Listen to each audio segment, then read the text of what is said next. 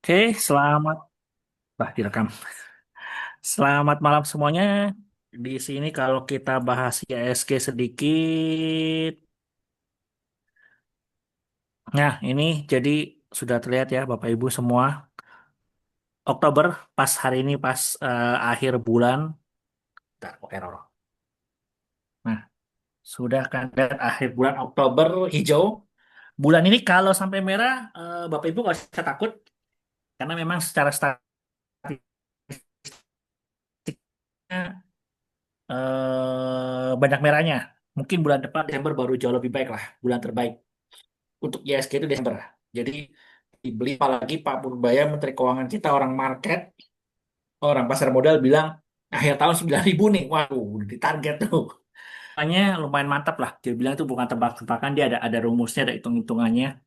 Dibilang akhir tahun ini 9.000. Jadi tinggal Bapak Ibu nanti mencari saham apa.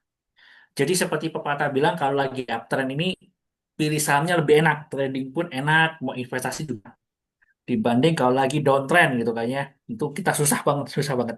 Jadi apalagi Pak Purbayu udah ngasih kode bocoran kan intinya 9.000 tuh ya SG. Tapi begini Bapak Ibu 9.000 tuh bukan berarti tutup tahunnya. Mungkin bisa jadi di bulan depan bulan November ada angka 9.000 lalu turun lagi ya bisa. Itu artinya target udah tercapai. Atau di awal Desember tanggal tersebut udah angka 9.000 terus tutup tahunnya di bawah 9.000 ya bisa. Intinya adalah angka 9.000 itu disentuh, bukan tutupnya di 9.000 gitu loh. Entah itu disentuhnya di bulan depan, di awal, di pertengahan, atau di awal Desember atau pertengahan Desember kita tidak tahu. Tapi intinya ya kita kalau ada 9.000 kita mau private taking ya sudah kita bisa lah siaga gitu loh. Kurang lebih seperti itu untuk gambaran dari CSG ya untuk dari Pak Rubaya. The Fed kemarin juga sudah potong suku bunga sesuai dengan janji dia di Desember bahwa tahun ini dia akan potong 2 kali dan Desember Desember tahun kemarin maksudnya. Di bulan depan kan nggak ada meeting The Fed, ada lagi Desember, makanya dia bilang Desember saya nggak yakin akan potong suku bunga ya, karena janjinya memang hanya 2 kali. Tapi Desember nanti kita lihat pernyataan dia, itu akan menjadi guidance untuk tahun depan gitu. Terus bagusnya lagi adalah The Fed menghentikan apa istilahnya QT. Jadi pengetatannya sudah dihentikan. Ya ada nanti mungkin akan cetak duit lagi atau QE. Kalau dulu kan cetak duit itu sekitar 25 sampai 30 miliar US dollar per bulan. Jadi makanya harga emas naik tinggi karena bank-bank sentral udah mulai takut nih. Bank sentral negara lain megang US dollar kan uangnya dicetak terus katanya tidak ada nilainya. Jadi mereka sudah mulai beli emas terus makanya dikatakan harga emas kok naik terus. Ya karena tidak hanya Cina saja beli. Dari saya lihat itu kemarin datanya Turki beli, bahkan negara-negara Eropa juga ikut beli. Jepang pun kalau nggak salah ikut beli juga. Jadi ada pembelian masif lah oleh bank sentral untuk emas karena biasanya mereka nyimpennya kan US dollar. Begitu tahu US dollar bakal dicetak-cetak terus, waduh. Apalagi Amerika juga lagi shutdown. Jadi sekarang ini shutdown paling lama. Jadi gini, maksudnya shutdown itu saya jelaskan sedikit. Mereka itu Amerika tuh punya limit utang. Jadi memang Amerika parah. Surat utang mereka tuh tahun ini jatuh tempo banyak. Nah, ketika jatuh tempo, mereka nggak bisa bayar, mereka roll over. Artinya menerbitkan surat utang baru. Tapi yang ada jauh lebih besar. Kan ada bunganya. Bunganya itu sambil nggak bisa bayar, ditambahin lagi, cetak baru lagi. Nah, limit utangnya itu sudah kena.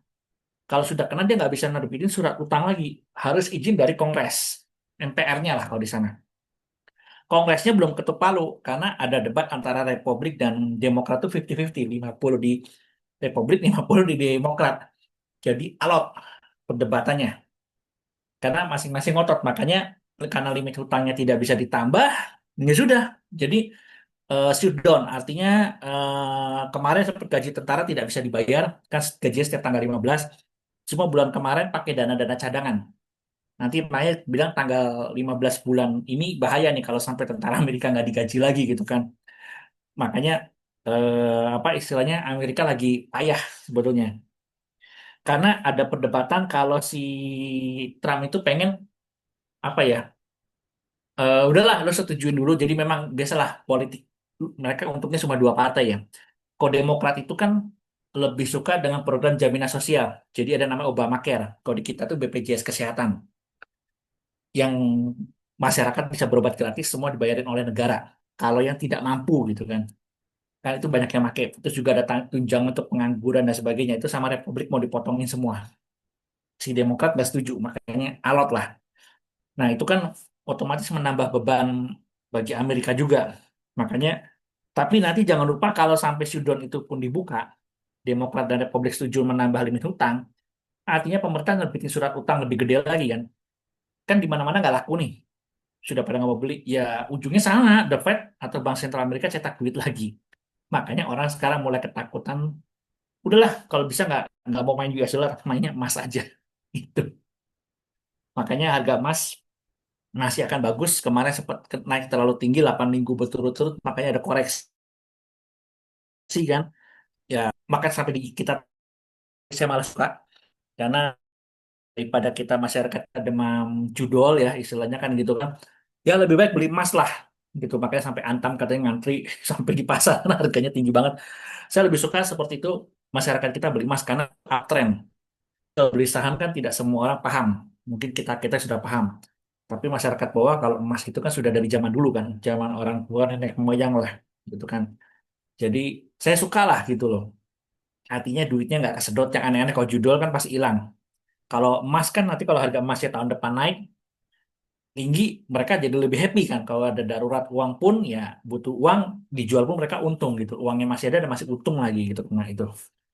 Jadi kalau kita bisa prospek emas masih tinggi karena itu saya bilang the Fed-nya kan cetak duit lagi. Kalaupun sampai ini di open pun Amerika kan utang surat utangnya terbitin baru lebih gede lagi, cetak duit lagi juga. Nah, udah masih makin tinggi. Jadi makanya tadi yang bilang kan kalau untuk Antam itu kan mas nih, udahlah kalau mau aturan 2% masih masih ada space, tahan dulu ya karena terbukti juga kan laporan keuangan Antam bagus kan kalau nggak salah baru keluar. Ya karena kan dia jualan emas. Malah langka lagi katanya LM-nya. Karena LM-nya Antam kan paling laku ya, harganya lebih mahal dibanding emas batangan merek siapa? Si UBS atau Archie kan. Archie itu mereknya Lotus. Jadi Bapak Ibu ada saham nih namanya Archie tambang emasnya langsung. Ini saya ketik aja ya, supaya nggak salah kode. Nah, nih bentar. Itu dia jualan emas juga niru kayak Atam. Cuma memang belum LBMA. Jadi belum ada jaminan dari bentar, oh mana? Oh, hilang. Ini share. Nah, ini dia. Antam punya tambang emas. Tapi tambang emasnya kecil. Jadi yang dia jual sama yang dia produksi itu minus. Mau nggak mau dia beli dari tempat lain, dimurnikan lagi, dicap, distempel, karena dia sudah terdaftar di LBMA tuh London Bullion Metal Exchange. Jadi ada standar jaminan mutu lah ibaratnya kalau emasnya LM-nya Antam dibawa ke Singapura ke Malaysia mereka percaya. Nah, kalau Archie itu juga sama punya tambang emas sendiri, mereka mulai jual juga batangan. Mereknya kalau nggak salah Lotus. Harganya lebih murah karena dia belum belum LBMA. Jadi masih proses katanya. Kenapa kok nggak secepat itu nggak gampang kayak Antam? Jadi gini Bapak Ibu, ketika mengajukan ke LBMA itu ada standar. Jadi LBMA itu memang cukup ketat yang saya lihat. Bukan artinya saya ngajuin izin langsung dikasih enggak, bukan sekedar ngecap doang, tapi nanti orang LBMA akan memantau dari London sana, emas produksi lu standarnya gimana? Yang dipastikan bukan hanya emas standarnya, tapi memastikan bahwa tambangnya juga benar dan aman. Jadi luar negeri itu bagus saya sukanya. Jadi maksudnya gini Bapak Ibu, jangan sampai ada istilah dalam tanda kutip itu perbudakan. Jadi jangan sampai tambang-tambang emasnya yang under LBMA itu memperkerjakan pekerja anak. Anak usia 7 tahun disuruh kerja di tambang emas gitu kan. Nggak digaji pula. Nah, ada kayak gitu kan perbudakan atau cuma dikasih makan. Nah, itu nggak boleh. Makanya LBMA itu ketat. Jadi makanya Antam pun tidak bisa beli emas. Kenapa sekarang emas Antam ini apa kok langka? Ya karena itu Antam itu sudah standar LBMA. Jadi dia mau beli emas pun harus dari tambang emas yang sudah sertifikasi oleh LBMA. Nggak bisa ngambil dari asal di Indonesia banyak tambang emas. Cuma kalau dia asal ngambil nanti izinnya dicabut sama LBMA. Karena kalau udah standar LBMA tuh karyawannya harus digaji, nggak boleh ada perbudakan, terus standar keamanannya tinggi ya artinya kayak kalau orang bilang manjat manjat apa bersih gedung terus pakai helm, pakai seragam, sarung tangan, pokoknya pelengkapnya komplit, nggak orang main tali asal nyangkol doang nggak bisa. Jadi intinya standar keselamatan pekerjanya tinggi, gajinya juga harus wajar, pelengkapannya harus lengkap, terus tambak emasnya harus tidak merusak lingkungan. Intinya ada begitu banyak proses prosedur. Makanya Antang nggak bisa sembarangan beli. Makanya Bapak Ibu mungkin bingung, itu kan ada Archie, ada PSAB, ada MDKA, ada si siapa tuh UNTR punya tambang emas. Kenapa nggak beli emasnya dari sana? Kok dari Indonesia juga? Karena kayaknya ya itu belum tersertifikasi LBMA. Jadi Antam takut nanti kalau gue beli dari sana, izin gue dicabut lagi LBMA-nya. Jadi makanya Antam sampai bilang harus impor dari Singapura ya karena yang punya, karena gini kalau tambang di Indonesia nggak ada sertifikat, beli emas dari Singapura ada sertifikat LBMA ya dia belinya dari sana. Karena itu tadi saya bilang standar LBMA itu tinggi. Nah, Arci ini masih proses. Mungkin LBMA akan nyelidikin dulu kan ke tambangnya, dilihat bener nggak lu ya itu tadi saya bilang ada perbudakan apa enggak dan sebagainya. Jadi nggak semudah itu. Makanya kok di masyarakat bilang Arci kok harga emasnya lebih lebih rendah, UBS lebih rendah. Saya nggak tahu UBS itu punyanya siapa ya? Bukan punya bank UBS si Swiss bukan kayaknya dia. Itu semua mereknya doang sama. Kalau yang merek Lotus itu dari ini tambang Arci. Tapi itu belum LBMA. Jadi itu yang saya dengar. Jadi standar LBMA itu ribet. Makanya Antam bangga kan. Tenang aja, emas saya mau dibawa ke Inggris juga mereka pasti percaya. Ini bukan emas dari, bukan hanya standar apa kadarnya yang dijamin, tapi prosesnya dan asal emasnya ini terjamin, bukan dari tempat yang merusak lingkungan dan memperbudak dan sebagainya lah. Seperti itu. Itu cerita soal emas ya. Jadi kita masih panjang lah emas ya karena itu saya bilang ceritanya The Fed itu masih akan cetak duit sih nanti. Apalagi The Fed juga kayaknya masih ada tekanan akan nurunin suku bunga ya tahun depan. Kalau enggak, ya ini banyak kan si Trump udah bilang dari awal tahun maksa supaya The Fed itu turunin suku bunga. Kalau bisa sampai bilang Trump itu pengennya di bawah 2%. Supaya karena Trump tahu tidak hanya pokoknya, bunganya pun Amerika nggak bisa bayar. Nanti pokok dan bunganya harus terbitin surat utang lagi. Bahkan nambah lagi buat operasional dia. Makanya suku bunganya kalau bisa ditekan, diturunin. Tapi kan The Fed tidak semudah itu kan dia ada hitung-hitungan khusus lah gitu. Makanya ya karena The Fed tahu nanti ujungnya gue juga nyetak duit kan. Lalu nerbitin surat utang gue juga nyetak duit. Nah makanya dia ingin menghitung. Nah makanya harga emas saya lihat masih kejaga lah seperti itu. Terus apa nih? Kalau Garuda Indonesia itu Pak, jadi kan mau disuntik aset kan sama, bukan suntik aset, suntik kayaknya suntik duit lah sama si Danantara kan supaya equity-nya jadi plus. Jadi gini, Garuda Indonesia dan anaknya GMF itu equity negatif artinya asetnya minus. Utangnya lebih gede daripada aset. Makanya karena itu sudah punya publik, bukan go private ya. Kalau go private, BUMN go private mah enak, tinggal pemerintah suntik duit selesai. Tapi kan ada saham kita, jadi ada proses yang namanya raisus tapi melalui private placement. Jadi nanti saham kita yang kita kepemilikan kita, lotnya tetap sama, tapi persentase kepemilikan dilusi. Misalnya saya dengan jumlah lot sekian, saya punya 1%. Tapi karena saya tidak nyetor duit, pemerintah nyetor duit, ya lot saya sama, tapi lot saya ini tidak mewakili 1%, bisa turun jadi 0,5%. Jadi itu mau disuntik duit biar ekuitasnya jadi positif lagi, Pak. Gitu. Yang Garuda sama anaknya GMFI. Entah itu duit, entah aset lah. Pokoknya seperti itu. Kalau WSBP saya nggak tahu nih Pak. Ada itu kan WSBP itu anaknya Waskita deh kalau nggak salah. Ini WSBP itu yang beton punya, bukan ya? Bentar, saya lupa nih.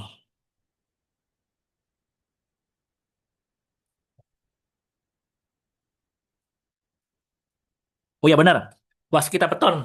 Anak perusahaannya Waskita yang bikin beton para cetak. Kayaknya ini juga sama nih Pak, ekuitasnya negatif. Jadi asetnya dia lebih kecil daripada utang. Kayaknya mungkin akan disuntik aset juga Sam. Tapi yang nyuntik kalau WSBP si Waskitanya. Tapi Waskita sendiri masih, Waskitanya udah sehat belum? Kayaknya masih belum deh. Waskitanya sih apa? Aman. Artinya asetnya masih lebih gede daripada utang. Tapi kan dia sendiri masih rugi ya. Masih rugi nih Pak. Jadi saya nggak tahu nih Pak Marsuki. SBP gimana ceritanya? Pasti dia harus disuntik aset sih. Supaya ekuitasnya positif. Kalau Garuda udah pasti kan, itu kan under Danantara. Danantara siap suntik lah. Seperti itu. Jadi kalau tanya fundamentalnya, bingung nih. Ya intinya harusnya sih, ya kalau kita tahu lah penerbangannya Garuda kan mau ngomong tetap masih tetap terbang terus kan ya. Itu kan, gitu ya. Nggak tahu nih Pak, prospeknya kalau SPP konstruksi mungkin ada apresiasi artinya untuk harga ya karena kalau Danantara sampai diperbaiki suntik duit harusnya sih mungkin harga akan terapresiasi ya karena kan orang wah ini kayaknya bakal jadi bagus gitu kan ya gitu mungkin akan ada apresiasi atau kenaikan harga ya karena ada suntikan duit jadi supaya lebih sehat lah cuma saya nggak tahu nih kalau BSBP gimana ceritanya karena yang harus disuntik pasti waskitanya kan itu anaknya under waskita kan WSKT kalau GIA ya benar itu under pemerintah gitu loh seperti itu. Wow, saya apa akhir tahun ya akhir tahun blue chip masih boleh disimpan ya kayak untuk dividen play itu kayak BRI BCA itu masih menarik. Kalau blue chip saya pegangannya 6 BRI, BCA, Mandiri, BBNI atau BNI 46, Astra dan Telkom. Terus ada juga nih Jasa Marga juga menurut saya menarik ya. Biarpun laporan keuangannya kata agak turun. Ini salah satu saya bilang saham yang unik Jasa Marga. Kenapa? Saya bilang ini saham cash flow paling sehat. Kenapa saya bilang cash flow paling sehat? Bapak Ibu bayar tol itu nggak bisa utang loh. Bapak Ibu belanja ke Alfamart, minimarket bisa pakai kartu kredit. Bisa nggak bayar tol pakai kartu kredit? Nggak bisa. Yang ada kita ngisi dulu di e-money kita. Entah itu pakai flash base ya atau e-money atau pokoknya kartu yang apa ya? Kartu flash atau e-money-nya Mandiri atau BNI punya namanya apa? Tap cash lah. Kita isi duit dulu ke kartunya baru kita bayar kan. Kalau uangnya kurang nggak bisa bayar. Jadi artinya apa? Jasa Marga tuh tiap hari itu selalu dapat duit. Mungkin bukan tiap hari, hitungnya tiap detik atau tiap menit. Selama jalan tolnya ada yang lewat, itu dia pasti dapat uang cash. Mas saya bilang perusahaan cash flow paling sehat. Nggak bisa kita ngetep kartu kredit itu nggak bisa ceritanya. Jadi saya bilang ini menarik karena cash flow-nya sehat gitu loh. Jadi apa ya orang memakai jasa jasa dia produk dia itu harus bayar uang cash, nggak bisa utang. Jadi saya bilang menarik sih jasa marga. Selama jalan tolnya macet, oke, nggak ada masalah. Saya bilang ini sehat. Sorry, itu. Terus apa lagi ya? Mungkin saham emas. Saham-saham emas boleh dilihat lah nanti sambil kita cari-cari yang murah sama ya saham emas lah itu kan tadi saya bilang juga emas ya. Nanti kita bisa cari mungkin itu enaknya lihatnya pakai technical karena saya takutnya udah pada mahal nih saham-saham emas. Tambang emasnya ya. Jadi kalau kayak Harta itu kan toko emasnya. Antam oke lah karena dia masih jualan emas LM ya kan dia punya tambang biarpun kecil. Jadi kalau saham emas ini yang punya tambang ini ya kayak pertama Antam. Kenapa dia LM-nya laku? BRMS. Terus ada lagi tadi Archie kan. Terus PSAB. Terus MDKA ini ada emasnya. Tapi ada anaknya juga emas. Terus tadi yang apa lagi nih? Itu Indika katanya sih nanti mau masuk emas tahun depan baru produksi ya. Tahun depan dia nanti emasnya 50%. UNTR ada emas, tapi masih kecil, kayak masih 1% deh. Karena dia masih gedenya di batu bara UNTR. Terus apa lagi saham emas? Ya kalau harta jangan ya. Ini HRTE ini soalnya cuma toko emas, dia nggak punya tambang emasnya gitu. Jadi kita cari yang ada tambang emasnya langsung lah, produsen emasnya. Ya PSKB nggak liquid ya. Jadi ini lagi pada sideways juga kan ya. Jadi ya nanti lihat teknikalnya lah gitu. Nanti mungkin bisa kalau apa waktu ya kalau ada trading bareng tanya sama Eyang nih saham-saham emas gitu ya teknikalnya. Karena saya bilang nggak usah lihat fundamentalnya lah karena gini ya emasnya sendiri masih naik nih harganya gitu loh. Karena saya percaya kalau yang punya tambang emasnya sih pasti pasti terapresiasi. Jadi perusahaan saham-saham di IDX yang punya tambang emas itu pasti terapresiasi lah. Karena harga jualnya pasti naik. Karena ongkos produksinya itu kayaknya ongkos produksi emas ya. Itu kayaknya masih di bawah 1.500 deh. Harga dunia kan di atas 4 ribuan ya, 4 ribu lah nah, anggap aja lah. Kemarin sempat turun di bawah 4 ribu kan. Dolar, US dollar per troy on, satuan internasionalnya. Itu ongkos mereka tuh yang paling paling nggak efisien ya. Paling misalnya paling apa ya? Paling nggak efisien, paling boros lah gitu kan ya. Itu 1.500. Kalau yang efisien bisa 1.000. Berarti mereka ya anggap aja lah Indonesia ini boros semua lah 1.500. Mereka profit margin, net profit margin udah di atas 100% Bapak Ibu. Masih bilang saham-saham produsen emas yang tambang emas ini menarik gitu. Tinggal kita lihat aja nanti secara teknikal mana yang lebih murah secara teknikalnya gitu. Seperti itu. Terus apa nih? Nah, Cepin dan Java. Oke, Cepin dan Java berarti kita masuk ke itu aja investingnya.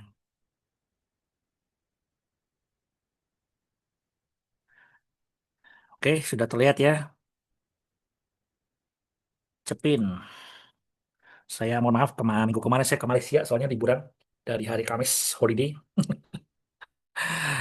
ke KL Kuala Lumpur seperti itu.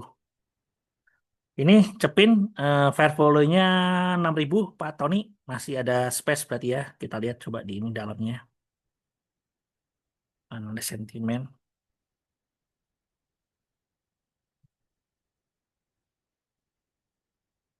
Ya, average-nya sih 5.700, high-nya ada yang 6.800, low-nya 4.900 ya dari apa? Analis untuk Cepin. Terus tadi apa? Yang ayam-ayaman ya. Java, JPFA.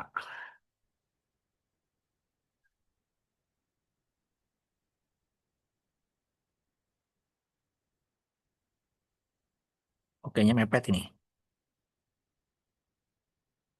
Oh, nah ini Pak, mepet. Average-nya 2.540 lah. Udah mepet di harga sekarang ya. Yang tertingginya ada 3.200, yang low-nya 2.010 Pak Tony. Gitu. Siapa Jasa Marga? Gua langsung ditanya nih sama Pak Marsuki nih. Saya bahas Jasa Marga langsung ditanyain. Jasa Marga.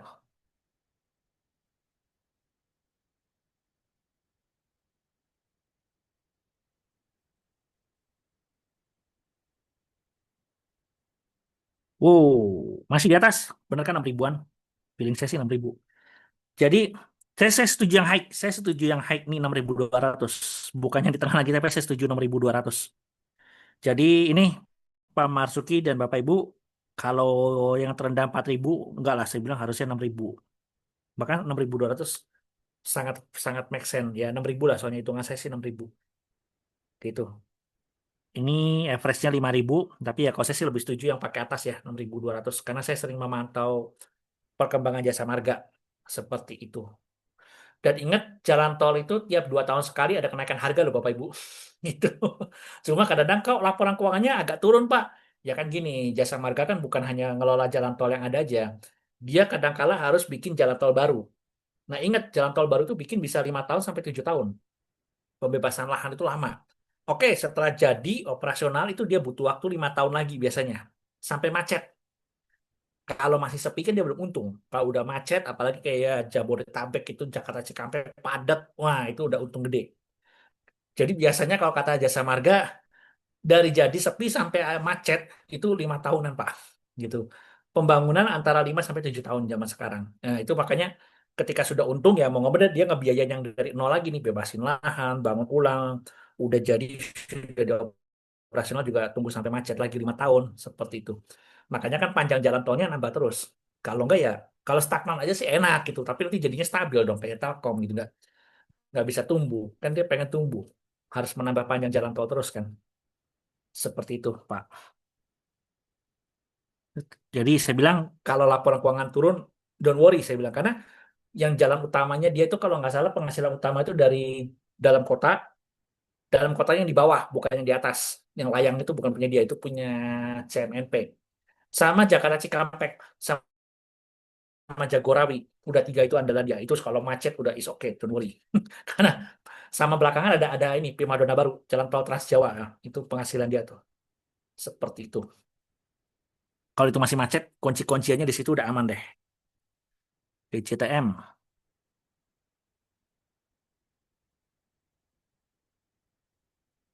BCTM.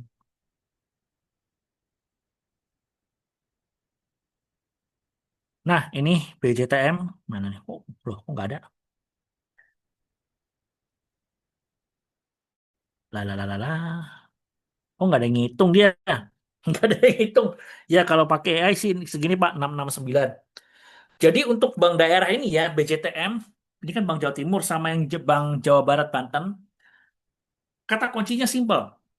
Bapak Ibu tahu ini dividen play. Dividen dia itu sebenarnya udah dapat bocoran.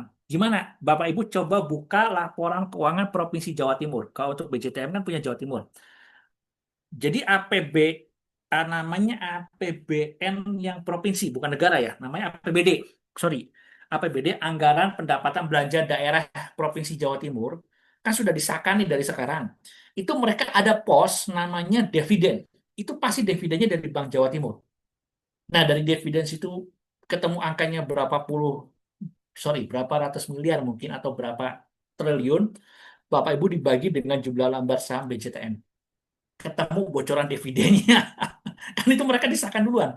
Kalau nggak salah kayaknya udah disahkan. Kalau nggak salah kemarin-kemarin itu waktu ada pengumuman bilang, oke tahun depan kita akan tumbuh sekian persen itu yang daerah-daerah itu provinsi sudah ada. Kalau yang BC apa namanya? Bank Jabar ya, Bank Jabar Banten itu namanya apa? Bank BCTN. Ah, bentar sejam lupa tadi. Aduh, kodenya apa sih? BJBR Pak Gus. Ah ya BJPR. Itu Bapak harus lihat yang punyanya APBD yang Provinsi Jawa Barat, Pak. Angkanya sudah keluar, Pak. Jadi bayangin laporan keuangan belum keluar, tapi mereka sudah matok lu tahun depan apa nanti Desember harus bagi bagi dividen sekian. Itu kebiasaan dia, Pak. Kalau Bapak Ibu mau ngincer, cari cari dulu nih APBD-nya Jawa Timur sama Jawa Barat. Kalau ada pos penerimaan atau pemasukan dari dividen pendapatan ya, pos pemasukan atau pendapatan dari dividen itu pasti dari Bank Jatim dan Bank Jabar Banten, Pak. Karena mereka nggak ada lagi dividen selain dari tempat lain. Jadi Bapak Ibu langsung tahu, oh gila dividen yieldnya misalnya 12% ya Bapak Ibu beli dari sekarang. Nanti kalau sudah laporan keuangan tutup buku diumumkan itu harga pasti naik. Gitu. Tapi caranya simple. Jadi kalau misalnya kita sudah hitung nih 12% nih, kalau kita beli sekarang 12%. Kalau harga sahamnya sudah naik di atas 12%, ya jual aja, nggak usah nunggu dividennya. Itu karena biasa ingat, habis kumdet, SDet pasti turun dalam. Gitu. Jadi Bapak Ibu kalau yang mau main begini gampang, ini ketahuan bocorannya. Buka tuh APBD Jatim sama APBD Jabar, udah beres. Gitu. BJBR, betul. Terus apa nih? GGRM.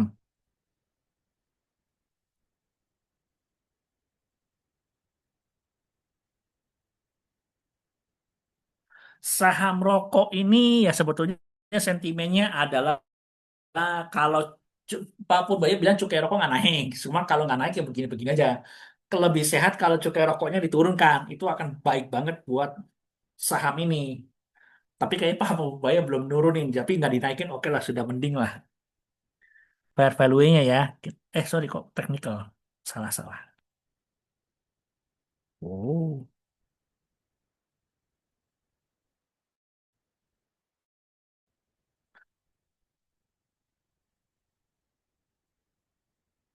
Wah ini kalau lihat sih bisa harga tingginya 22.500 ya. Kalau average-nya di area 13.000 Pak.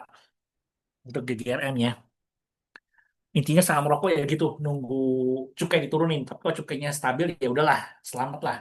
Kalau sama zaman Ibu Menteri yang dulu kan dinaikin terus tahun ke tahun kan. Makanya berat untuk saham rokok. Terus apa HMSP.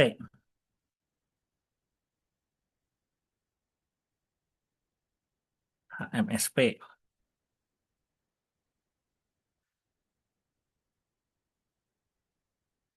Kita lihat. Oh, ini ada sampai 1100 Pak. MSP, Fair Value-nya. Kalau average-nya 836 udah kelewat berarti ini. Gitu. Seperti itu. Jadi kalau kayaknya ya berat Pak. Karena gini ceritanya, cukai rokok ini ketika cukai rokoknya tinggi, otomatis kan harga jual rokok tinggi Pak. Itu rokok ilegal masuk Pak.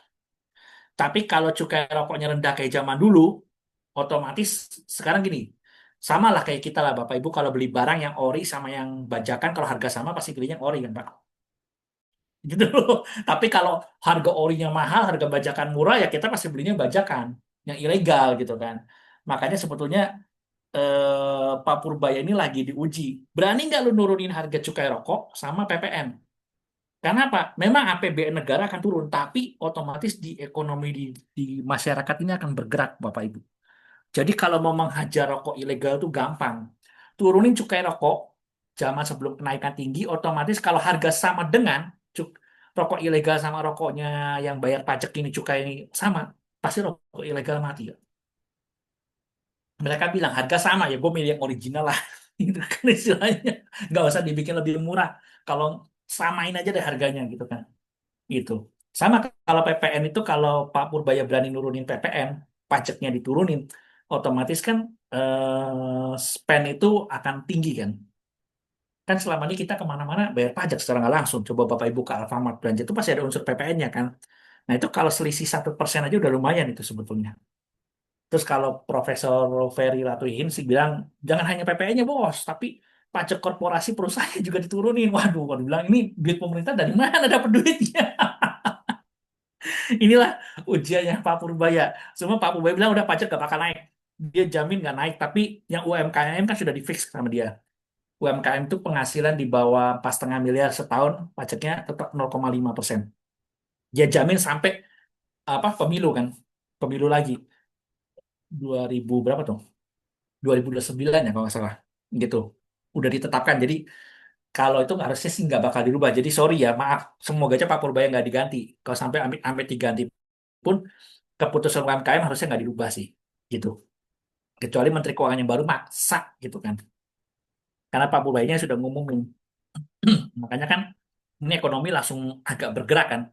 Karena UMKM itu lumayan itu, gitu loh. Seperti itu. Terus, silakan Bapak Ibu, 3 menit, 5 menit lagi nih. Ada yang mau ditanyakan?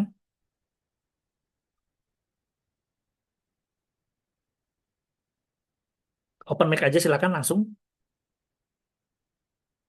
Saya optimis, saya setuju dengan Pak Next Purbaya. week. Ya, gimana Pak?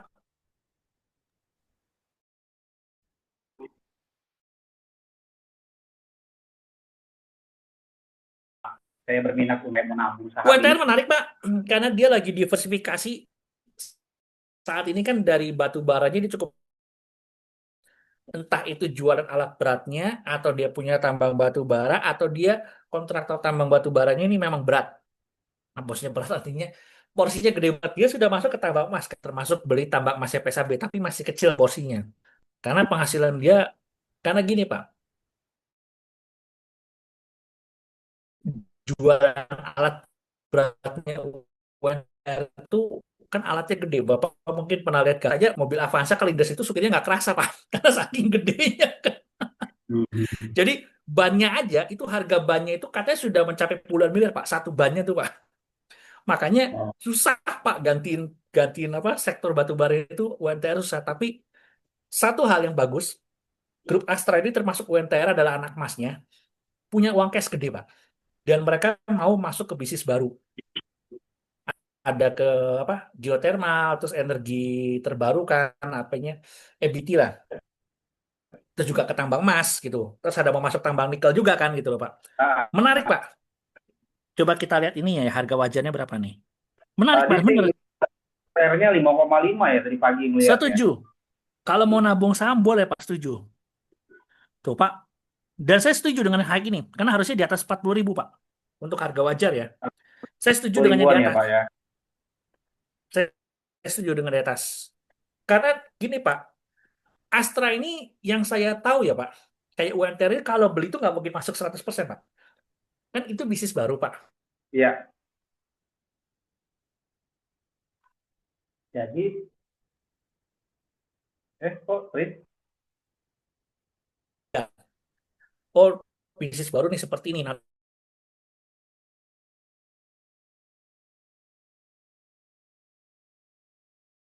sebelum manajemen Astra masuk, Pak. Makanya yaitu itu mau nggak mau kelemahannya kalau akuisisi perusahaan yang sudah aktif ya punya dosa masa lalu mau nggak mau, Pak. Gitu. Tapi kan setidaknya dia ke depannya akan belajar kan, Pak. Memperbaiki gitu loh, Pak. Gitu. Kalau nggak salah kasus itu kan apa korupsinya tol MBZ itu kan ACST kena tuh anaknya UNTR. Ya itu karena saya bilang tuh zaman-zamannya sebelum diambil alih secara penuh oleh manajemen Astra sih, Pak. Terus kalau kasus yang Pama Persada soal solar apa solar murah ya, solar subsidi dipakai ya, saya bilang gini Pak, kan itu bukan cuma Pama doang yang kena Pak, banyak bahkan BUMN seperti PTBA juga kena, gitu kan istilahnya. Ya itu kita nggak bisa ngomong lah, karena kadangkala dalam hal bisnis kalau kita bicara sama orang tambang Pak, itu kadang-kadang kita serba salah Pak. Kalau Pertaminanya nawarin yang murah, kita sok jual mahal, gue nggak mau butuh, itu kita nanti juga dimusuhin sama dia Pak. Mungkin Bapak kalau orang ketemu orang lapangan, mereka bilang kadang-kadang kita serba salah. Sama lah Pak, kayak kita bilang, kayak Bapak ikut SIM deh Pak, perpanjang SIM. Kalau ujian sendiri kan pasti susah Pak. Jadi kalau nembak ya udahlah nembak lah gitu. Yang lain juga pada nembak gitu kan. Nah seperti itu. Tapi intinya saya percaya manajemen Astra ini akan masuk ke bisnis baru caranya gitu. Pelan-pelan dulu, kayak rumah sakit kan dia juga masuk tuh. Tapi bukan di UNTR ya, di Astranya sih. Yang saya tahu kalau kita bicara fokus ke UNTR itu dia akan masuk ke tambang emas, Ah, EBT, salah satunya geothermal, tambang ah, nikelnya juga masuk. Intinya supaya batu baranya nggak 90% lebih, mau diturunkan jadi 50% Pak. Dia punya oke. kapasitas, punya, karena uang cashnya gede. Makanya kan tambang emasnya PSAB ada yang mau dibeli kan Pak, gitu. Iya, iya, iya. Keunggulannya Oke. dia hati-hati. Jadi saya ibaratnya celep kaki dulu, udah tuh baru selutut, baru sepinggang, nah baru dimakan semua Pak. Karena bisnis baru Pak, gitu loh. Seperti Kebetulan itu. tadi pagi sih lagi ngecek-ngecek. Jadi antara beberapa, cuman kayaknya yang menarik di mata saya sih UMTR sih, Pak. Saya Betul, ngelihat kan dia mungkin alat beratnya buat nambang juga, jadi uangnya muter-muter di dia juga gitu, mikirnya betul. ya. Uang cashnya juga gede. Yang saya suka dari grup Astra ya, secara keseluruhan tuh mereka simpan uang cash gede, makanya kalau mau nyimpen apa mau ekspansi masuk ke bisnis baru, uangnya siap. Yang punya uang cash gede lagi biasanya grup Salim, Pak. Coba Bapak cek namanya UNTR, terus LSIP, sorry UNTR, ICBP, Indofood, ICBP, LSIP, SIMP itu duit cashnya gede, Pak. Karena Oke. karena grup Salim pernah kasus itu kan, Pak, dulu krisis moneter 98 kan, utang gede kan, Pak. Jadi sekarang mereka siapin uang cash gede. Astra juga sama kan, Pak. Itu makanya saya bilang Iya. perusahaan cuma kalau grup Salim kayaknya sahamnya agak-agak lemot ya saya bilang saya juga kesel nih kadang-kadang. Iya. Niatnya Tapi kemarin sama istri ngobrol buat nabung 5 tahun ke depan sih, Pak. betul boleh Pak UNTR karena dia juga rutin bagi dividen dia mau ekspansi juga kan Pak punya uang cash juga Hmm. gitu kan sehat lah ini perusahaan sehat lah Pak gitu. Iya, makasih Pak ya. Cuma nanti masuknya lihat pakai teknikal ya Pak pakai teknikal aja eh Iya. teknikal kita lihat kalau Bapak mau investasi ya mungkin gini Pak kalau Bapak mau fresh down apa namanya DCA freshnya jangan dideketin loh Pak ini kan saham harga mahal ya Pak. Iya. Misalnya nih, Bapak beli nih 28.500. Jangan jangan Eh, 28.400 Bapak beli lagi. Dijauhin iya. beda 500 sampai 1.000 rupiah, Pak. Gitu. Ya baik. Supaya Bapak nambah lot, average-nya juga harga average-nya turun, Pak. Jangan selisihnya Siap, lima siap. puluh rupiah atau 100 rupiah Bapak nambah lot. Gitu, Pak. Iya. Nanti nggak ada artinya, Pak. Waktu harga saham UNTR-nya ya amit-amit drop ke 20.000 Bapak udah kehabisan peluru, Pak. Gitu loh. Iya.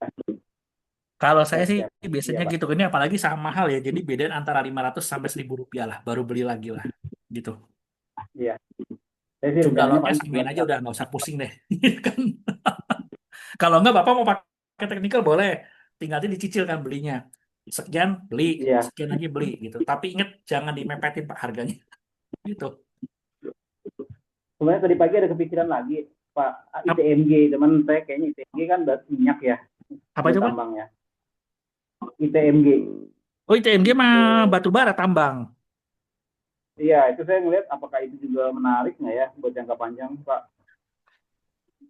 Ini kan Indo Tambang Raya. Saya bilang daripada Indo Tambang Raya Indo, mendingan UNTR, Pak. Karena oh mendingan MTR ya. UNTR ini, kalau ITMG ini kan cuma ngandelin tambang batu baranya doang, Pak.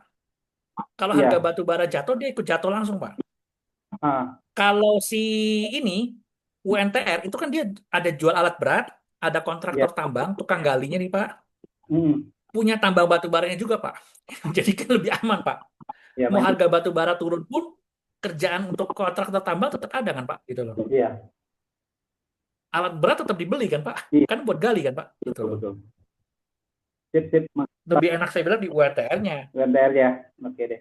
Tadi pagi ngeliat Betul. ada FDK ya. Kayaknya antara UNTR atau Antam gitu, tapi kayaknya UNTR lebih menarik sih. Lebih menarik, Pak. Apalagi uang cashnya gede kan, dia grup Astra. Apalagi dia nanti mau itu saya bilang mau ekspansi kan. Masuk tambang emas sih udah masuk tapi belum gede. Dia mau Iya, masuk ke nikel juga gitu kan.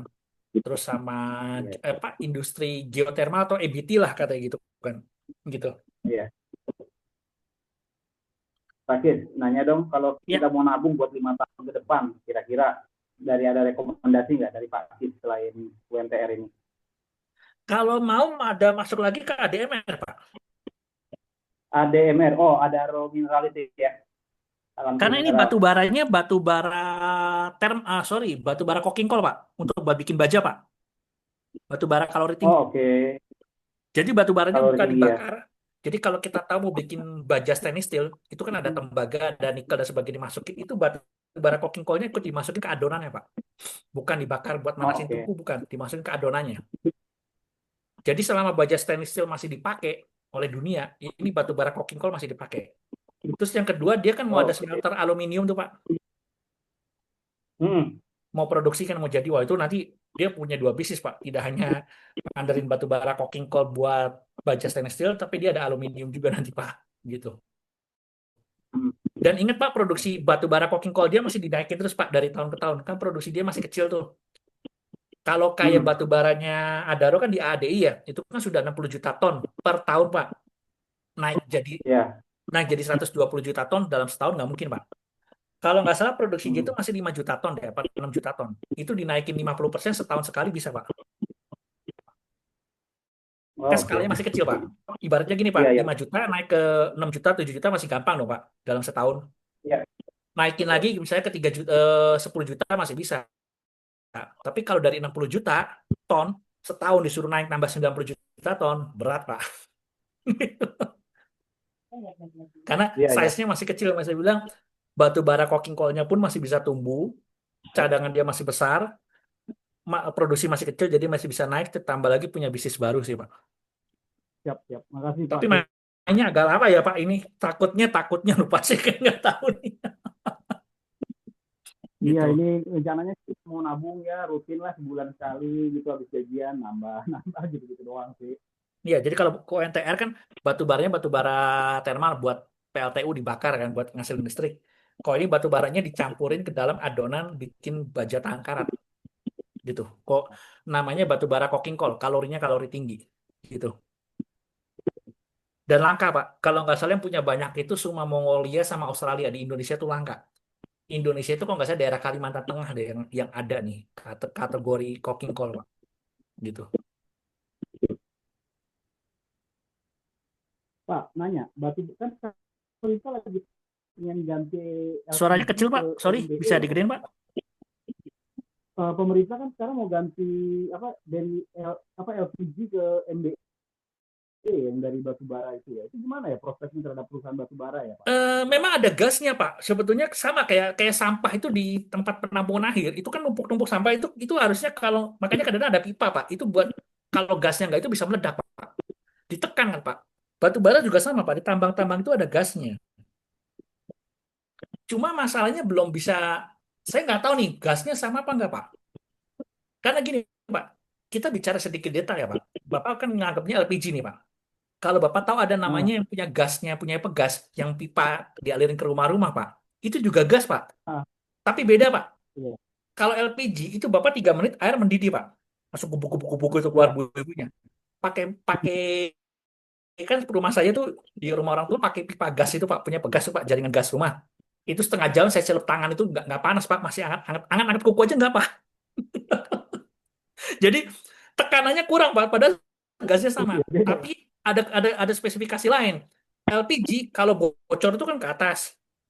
Di dalam rumah bocor, di luar Bapak ngerokok itu Bapak ikut meledak Pak. Tapi kalau Nah, punyanya pegas, enggak Pak. Yang jaringan gas rumah itu kalau bocor, kita ngerokok di depan tuh nggak masalah. Asal jangan buang puntung rokoknya ke bawah. Jadi gasnya pegas itu kalau bocor tuh langsung ke bawah Pak. oh, oke Jadi dia oke. bilang ke udara. Kalau LPG kan langsung nyembur ke udara tuh Pak. Makanya ngerokok di depan pun ikut meledak kan Pak. Nah, Kan udara kan nyebar kan Pak. Kalau dia nggak, dia di bawah. Makanya kalau ada bocor dibilang semua bilang lu jangan ada ngerokok, jangan buang ke depan. Kalau ngerokok jauh buangnya, buang puntung rokok jauh kan gitu. Karena gasnya di bawah. Dan di bawah tuh lama-lama hilang katanya. Gitu. Lama-lama hilang sendiri. Makanya kalau masak air lama Pak, nggak mendidihnya tuh lama gitu ya. Karena apa ya, tekanannya apa, kurang kurang daya atau kurang tenaga lah Pak gitu loh. ah, Nah, saya nggak tahu nih yang gas dari batu bara atau gas dari sampah itu gimana nih Pak spesifikasinya. iya. Tadi pagi ngeliat di YouTube Padahal yang itu yang kan gasnya sama dari gas bumi juga. Dari tambang iya. minyak, ada yang dijadikan LPG, ada yang dijadiin gas gas rumah yang punyanya PGN kan Pak. Ternyata itu tuh Nah, ada dua spesifikasi. Nah, saya nggak oh, tahu nih makanya yang batu bara nih gasnya gimana nih Pak modelnya. Gitu. oh, oke. Itu perlu penelitian lebih lanjut. Sebetulnya bisa Pak. Tapi makanya kan LPG sama jaringan gas rumah aja yang punya pegas kan beda Pak. Gitu. Iya, iya, iya. Bisnisnya ada prospek, cuma saya nggak tahu ke depannya. Kayaknya saya belum nanya sih, itu harusnya kayaknya orang Pertamina juga mungkin nggak bisa nyambungin kali Pak. Karena itu punyanya pegas aja sama LPG aja gasnya beda Pak jenisnya. Oh, oke. Gitu Pak. Sip, sip. Iya, iya. Terima kasih, Pak. Oke, siap. Ada lagi yang mau tanyakan? Sudah jam 9 malam lebih. Kalau tidak ada, kita tutup saja. Ini Eyang masih ada kan? Eyang? Sudah Eyang? Mana nih Eyang? Eyang? Telepon deh.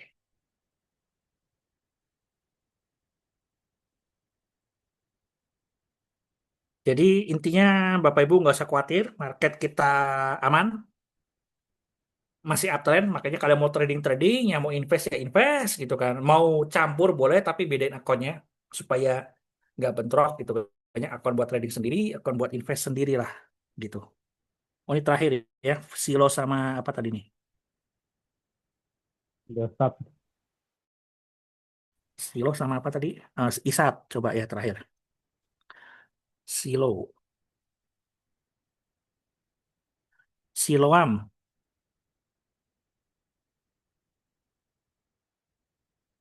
Siloam berapa nih? Ya ini Siloam antara 3540 sampai 2300, average-nya 2782. Terus ada apa lagi? Isat terakhir ya. Isat. Indosat ini ya. Dengar-dengar sini lagi dikumpulin sama asing ini. Karena dia mau ada apa proyek apa nih sama si Nvidia nih. Cuma saya kebanyakan sangat pusing. Nggak bisa cover semua. Kepala cuma satu, tangan cuma dua. Jadi udahlah ini saya lepasin sih. Cuma kalau ada yang nanya ya saya kasih tahu gitu. Wah harga wajarnya mepet ini Bapak Ibu. Lihat ya. Paling tinggi 3.300, average-nya 2620, bawahnya 2000 gitu. Untuk ISAT gitu. Oke, sudah selesai, Yang? Udah selesai, Yang? Oke, terima kasih. Saya matiin dulu nih.